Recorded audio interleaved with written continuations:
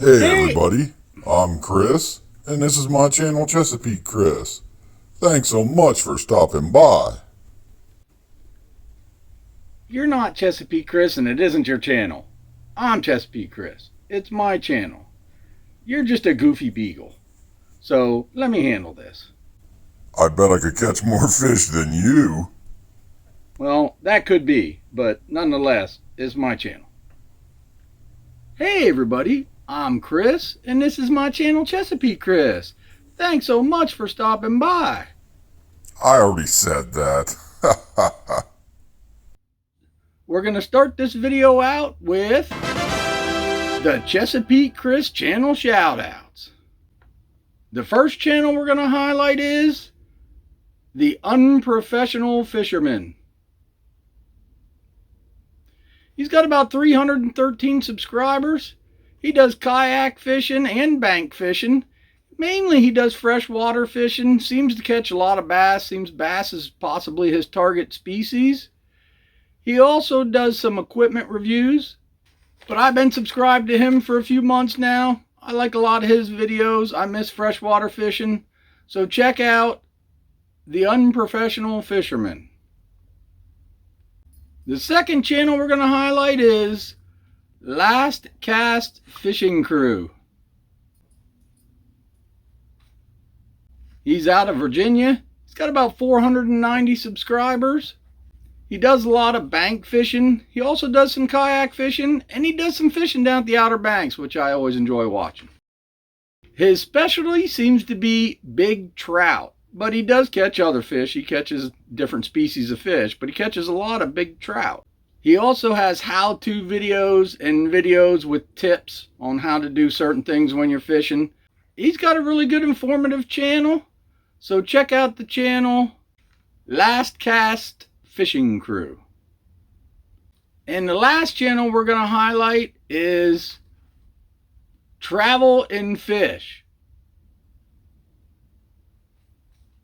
He's got about 917 subs, so check out his channel. Let's try and get him up over that magic 1,000.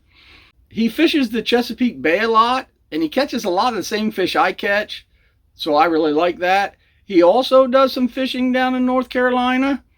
He does mostly kayak fishing. He catches some of the biggest stripers I've ever seen a person catch in a kayak, a lot bigger than ones that I catch. He also has some kayak rigging and equipment videos. He's got a lot of really good videos if you're a kayak fisherman. So check out Travel and Fish. The video this week is going to be some of the maintenance I have to do on my kayak over the winter. The brackish water is really hard on it. If you watch this video, you'll see how hard the brackish water can be on a kayak and the equipment on your kayak. So if you want to see how I get my kayak ready to go back out in the springtime, please stick around.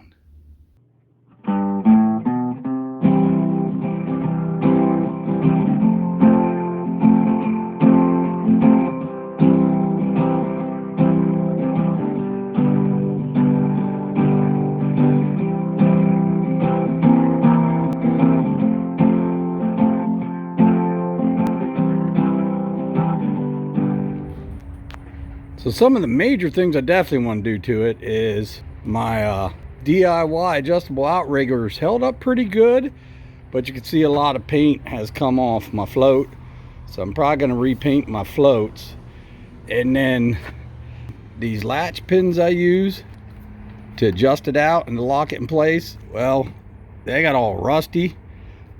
And you can see 2-hole conduit clamp, it got all rusty. Now that's supposed to be stainless, and the bolts are supposed to be stainless, and the bolts look like they did pretty good, but the washers look a little rusty too. Then I have that other clamp right there. That one didn't do too bad. It's a little corroded. The bolt's a little nasty too. Probably going to replace that clamp also. But if you look on the other side, here's the other side. But you can see this one got all rusty. Once again, the bolts seem to do pretty good, but not the washers. And look how rusted that clamp and bolt got. Not sure why this clamp here got so rusty and that one over there really didn't. I don't quite understand that. But either way, all 4 of these clamps are going to get replaced.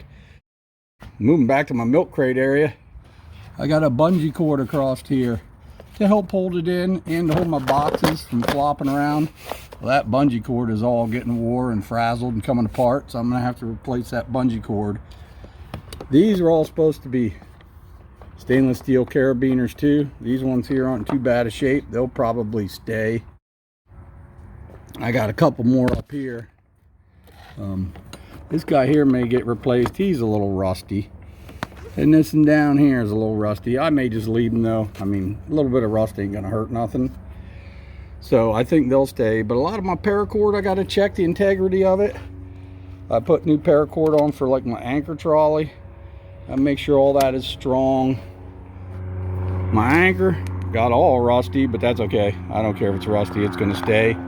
But what I may try doing is when I replace these clamps, these 4 clamps, I may try painting them with a really good black spray paint. And maybe that will help keep them from rusting so bad, I hope. And a lot of my bungee cord on the front and the back is getting pretty faded and losing some of its stretch. So I bought like 35 feet of bungee cord. I'm gonna replace the bungee cord up here on the front. Probably gonna replace this bungee cord on the back. That also helps to hold my milk crate in. So other than just a general cleanup on it, also it does need cleaned up. We'll do that. All this stayed pretty good, all the PVC. My rod holders are good. I did a video where I replaced this track because those orange ones that come with it are pretty cheap. All my PVC stuff here, my transducer that swings down, he's in pretty good shape. And my mount for my camera, that still looks good because I painted all that stuff. Probably won't do much with that. Like I say, of course it all needs cleaned up. It's pretty dirty. Some of my stickers aren't doing real good. There's my Chesapeake Chris sticker. Take him off, put another one on. But yeah, so we're gonna clean this thing all up. We're gonna replace all this hardware. Other than that may be about all that gets done other than the general cleanup. Eventually I'm probably gonna have to replace these, at least the one on the other side, because I do use the paddle holder on the other side. Oh, the other thing I'm gonna do, I'm gonna repaint some stuff.